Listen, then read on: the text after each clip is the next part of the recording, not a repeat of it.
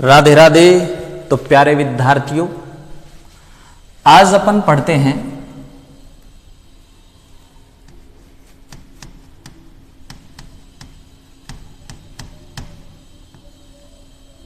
कोलॉइडों के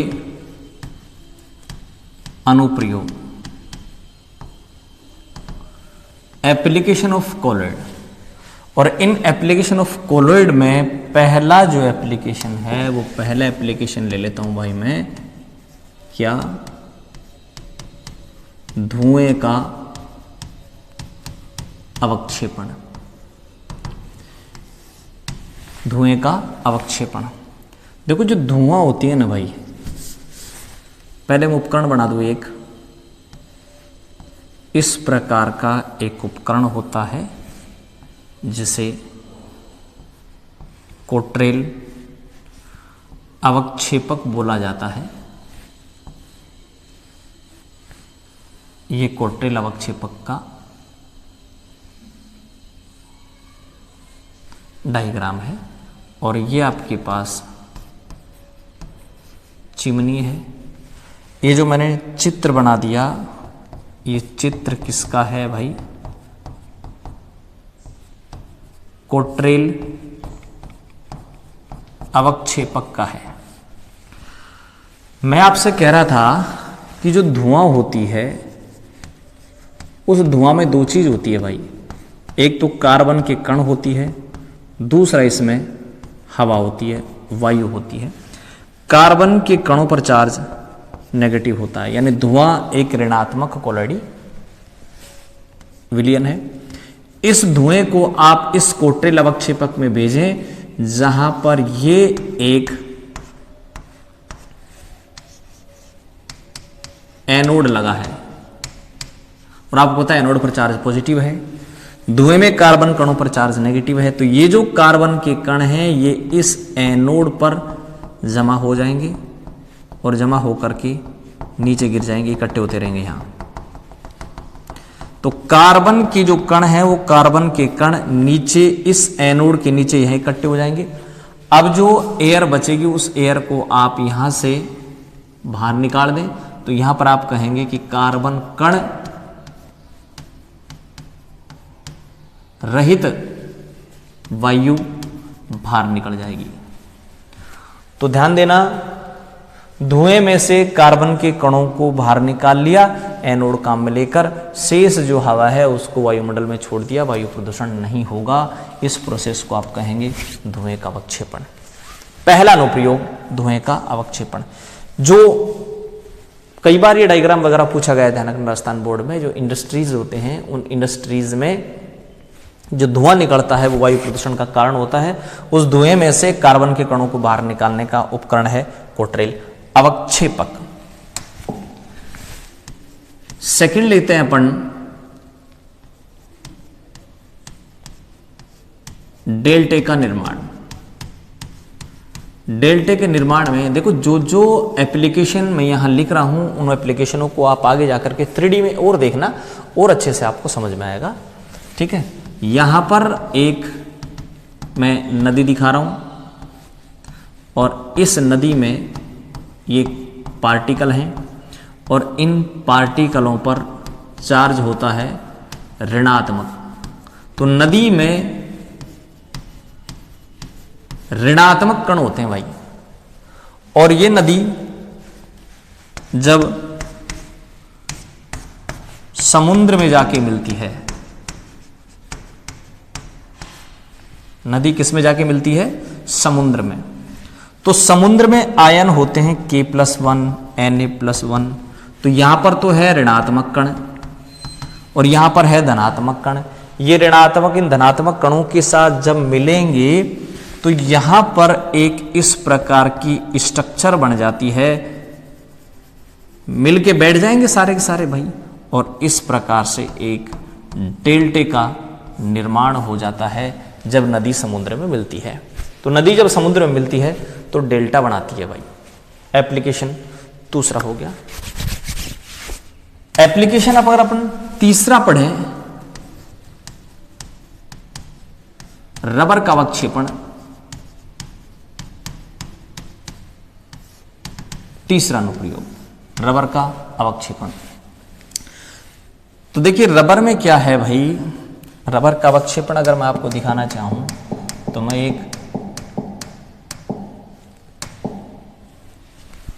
डायग्राम आपको यहां बता रहा हूं, इसको ध्यान से देखें। ये रबर का पेड़ है, हेविया ब्रेसिलेंसिस। इस हेविया ब्रेसिलेंसिस, ये हेविया ब्रेसिलेंसिस क्या है भाई, रबड़ का पेड़ है। इस रबड़ के पेड़ में क्या करते हैं, चीरा लगा देते हैं, जिसके कारण एक दूध जैसा पदार्थ निकलता है जिसको बोला जाता है लेटेक्स। और ये लेटेक्स में क्या होता है भाई, रबर के कण होते हैं और परिक्षेपण माध्यम होता है। परिक्षेपण माध्यम जैसे मान लो पानी है, क्या क्या है बताएं दोबारा। लेटेक्स दूध जैसा पदार्थ, लेटेक्स क्या होता है उसमें, रबड़ के कण और परिक्षेपण माध्यम। रबड़ के कणों पर चार्ज होता है, ध्यान दें, नेगेटिव। बड़ी अच्छी प्रोसेस है, नौकरी न लगे आप ऐसा कर सकते हैं। रबड़ के पेड़ लगा लें और रबड़ के पेड़ों से ये जो लेटेक्स है इस लेटेक्स को निकालें, और लेटेक्स को निकालने के बाद आप क्या करें, एक सांचा लें। ये सांचा है मान लीजिए, ठीक है।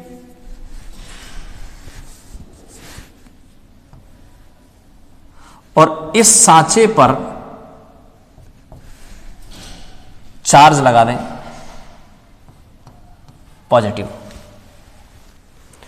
और इस लेटेक्स को आप इसमें डाल दें। सांचा आप कैसा भी ले सकते हैं, सांचे की बनावट छिपकली नुमा ले लें, सांप नुमा ले लें। जगन्नाथ जी के मेले में नहीं देखे क्या, कुछ लोग छिपकली सांप रबड़ की बेचते हैं, जिनको आप कई बार ले आते हैं, सांप ले आते हैं, डराते हैं बच्चों को। तो वो सांप छिपकली जगन्नाथ जी के मेले में अगर आपको बेचनी है, बेरोजगार हो तब की बात कर रहा हूं, अभी की बात नहीं कर रहा, बात की, ठीक है। तो आप क्या करें, ये एक एनोड का बना हुआ सांचा है, छिपकली नुमा, सांप नुमा, और इसमें आप लेटेक्स डाल दें। रबड़ के कण पर चार्ज नेगेटिव है और इस सांचे पर चार्ज पॉजिटिव है, तो जितने भी रबड़ के कण है वो सारे के सारे सांचे में फिट हो जाएंगे। परिक्षेपण माध्यम ऊपर रह जाएगा जिसको आप निकाल दें। तो परिक्षेपण माध्यम या पानी अलग हो गया और रबड़ के कण अलग हो गए, ठीक है भाई। यानी कुल मिलाकर के बात मैं ये समझाना चाह रहा हूं कि लेटेक्स से अगर कार्बन के कण आपको बाहर निकालने हैं तो आप एक ऐसे सांचे में डाल दें जिस पर चार्ज पॉजिटिव हो, या फिर कहूं वो एनोड हो, ठीक है भाई। तो एनोड बने हुए सांचे में इस लेटेक्स को डाल दें, कार्बन के रबड़ के कण अलग हो जाएंगे, परिक्षेपण माध्यम अलग हो जाएगा। ये हो गया रबड़ का अवक्षेपण, ठीक है। तो रबड़ के कण अलग कर दो, परिक्षेपण माध्यम को अलग कर दो सांचे में डाल करके, और ये आपके पास है लेटेक्स, ये है रबड़ का पेड़। एप्लीकेशन हो गए 3। चौथा और पांचवा, दो एप्लीकेशन में एक साथ बता रहा हूं। दो एप्लीकेशन एक साथ क्या है भाई, कि ये आपके पास एक बादल है, ठीक है भाई, और इसमें ऋणात्मक कण है। बादल ऋणात्मक कोलॉइड होता है, ध्यान रखना। बादल क्या होता है, ऋणात्मक कोलॉइड। अब इस बादल में इस प्रकार की छोटी छोटी पानी की बूंदें हैं, और अगर मान लो ये पानी की बूंदें संघनित होकर के बड़ी बूंद बना दें, तो ये बड़ी बूंद भारी होने के कारण नीचे आ जाती है, जिसे आप बोलेंगे भाई प्राकृतिक वर्षा। तो बादल एक कोलॉइड है जिसके कारण प्राकृतिक वर्षा होती है, ठीक है। छोटी बूंदें बड़ी बूंद बनाती हैं, बड़ी बूंद नीचे आ जाती है संघनित होकर जब टेम्परेचर कम होगा। तो ये तो चौथा एप्लीकेशन हो गया प्राकृतिक वर्षा भाई। और पांचवा हो गया कृत्रिम वर्षा। अगर आप करना चाहें, कृत्रिम वर्षा करने की जरूरत क्यों पड़ रही है, मान लीजिए कि किसी फिल्म की शूटिंग चल रही है और इस शूटिंग में एक गाना फिल्माया जाना है,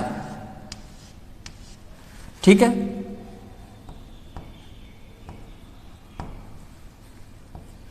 इस प्रकार से ये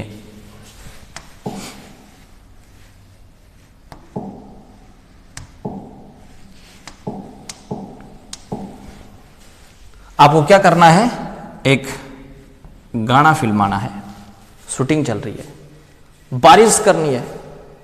क्या करनी है? बारिश।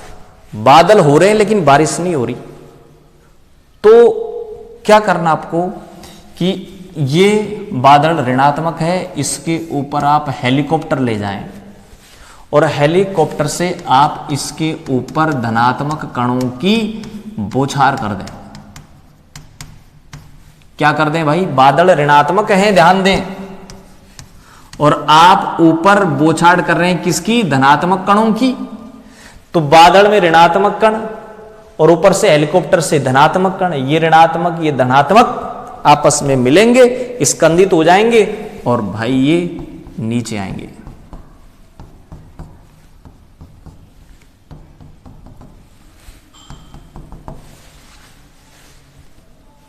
कृत्रिम बारिश।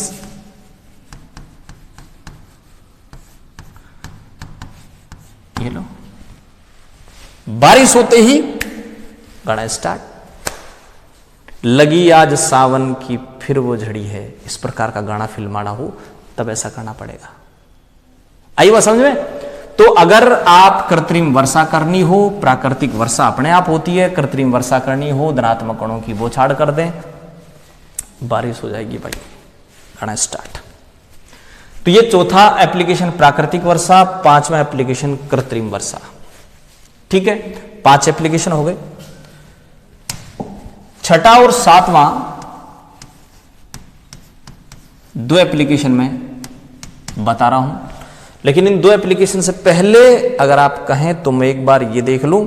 कई बार क्या होता है कि मैं यहां पढ़ाता रहता हूं, कैमरा बंद हो जाता है, फिर दोबारा वीडियो बनानी पड़ती है। तो मैं एक बार आप कहें तो हल्का सा देख लूं कि कैमरा चालू है या नहीं चालू है। चालू है तो अपन छठा और सातवां एप्लीकेशन ले लेते हैं, ठीक है। अब क्या करें भाई, देखो कि मैं बात करता हूं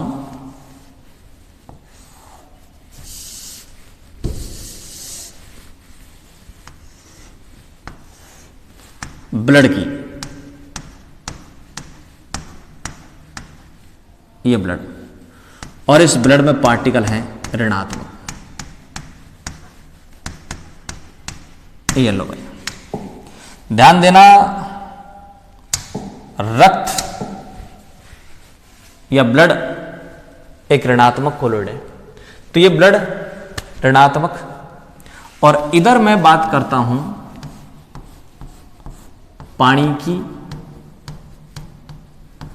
अशुद्ध पानी की। इसमें भी जो पार्टिकल हैं वो नेगेटिव होते हैं भाई। तो अशुद्ध पानी में भी ऋणात्मक कण, रक्त में भी ऋणात्मक कण। अब मैं क्या करूं, इन दोनों में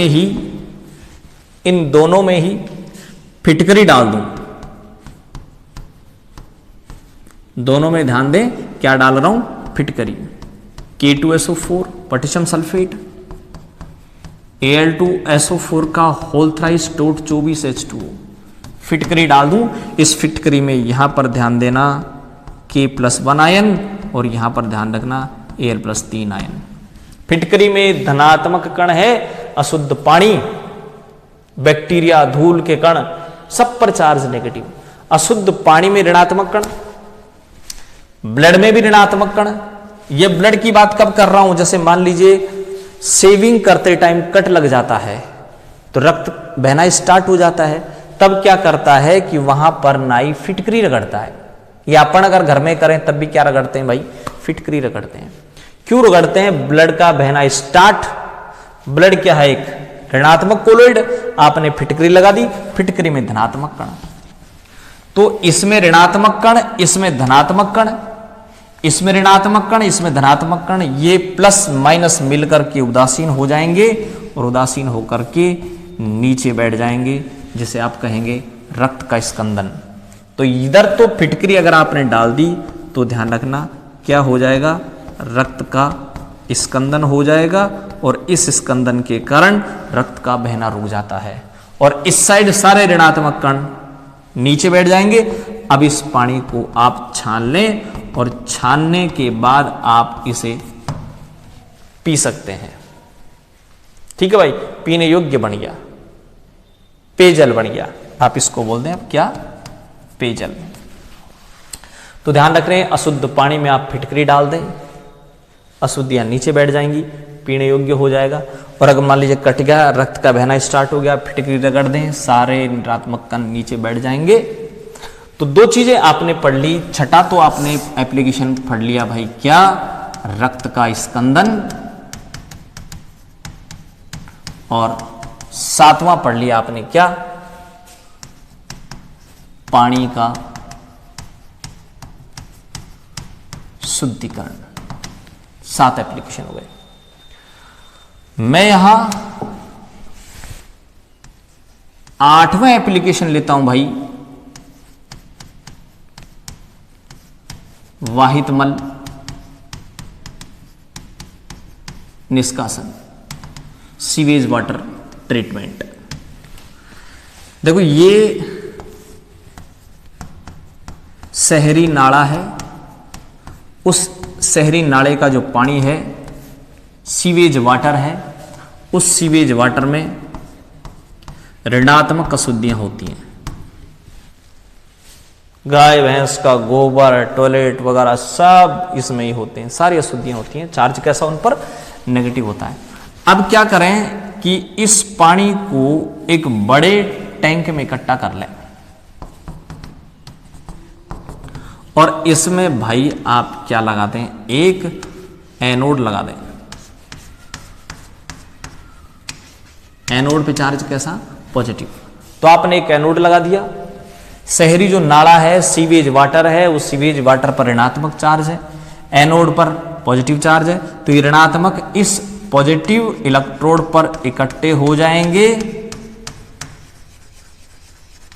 और जो शेष पानी बच गया उसका उपयोग अब आप सिंचाई के रूप में कर सकते हैं। तो जितनी भी ऋणात्मक अशुद्धियां हैं एनोड पर इकट्ठी हो जाएंगी, जो पानी शेष बचेगा उसको आप सिंचाई के रूप में काम में ले सकते हैं। 8वां हो गया वाहित मल निष्कासन। ठीक है, अनुप्रयोग 8 हो गए।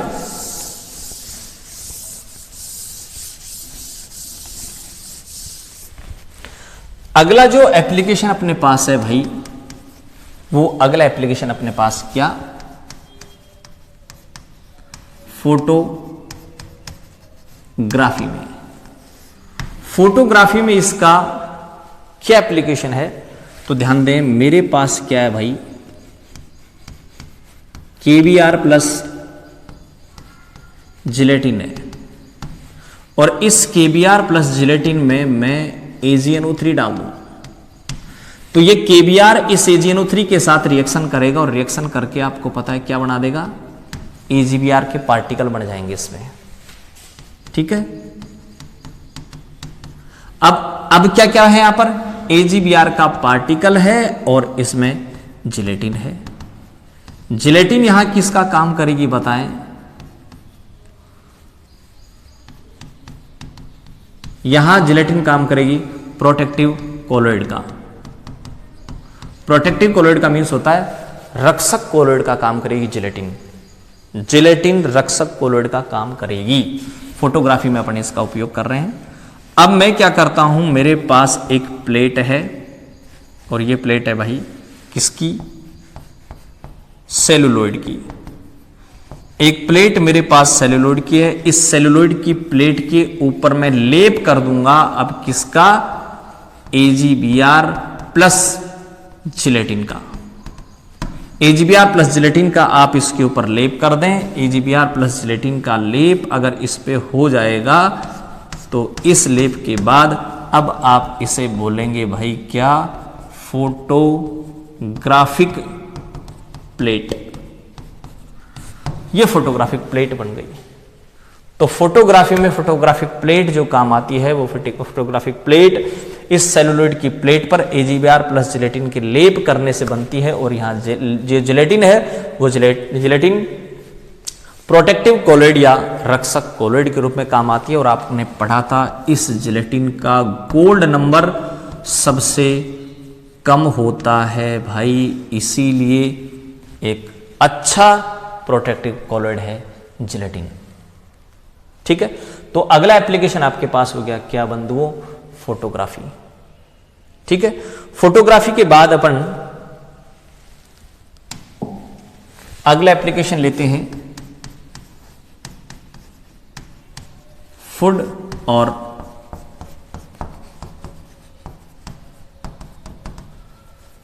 मेडिसिन में। तो एक चीज ध्यान रखें, बहुत सारी चीजें हैं जैसे मिल्क है, बटर है, ये सारे के सारे क्या होते हैं भाई, ये सारे के सारे कोलॉइड हैं। ठीक है, मेडिसिन की बात करें तो अगर मान लीजिए मेडिसिन कोलॉइडल फॉर्म में होती हैं,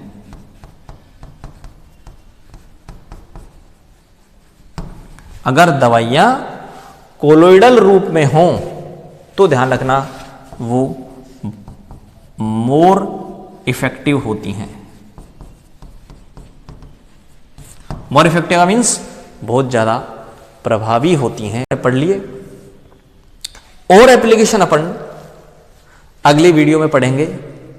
ठीक है, क्योंकि एप्लीकेशन बहुत ज़्यादा है, एक वीडियो में हो नहीं पाएंगे। फिर क्या इस वीडियो के बाद में 3D भी देनी पड़ती है ताकि आप समझ सकें।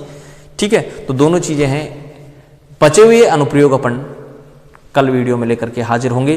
तब तक कि आप मुझे इजाज़त दें। और हर वीडियो की तरह इस बार भी मैं आपसे एक बात बोलूँगा, घर रहें, सुरक्षित रहें। अगर आपको घर से बाहर निकलना है तो मास्क का प्रयोग जरूर करें। धन्यवाद।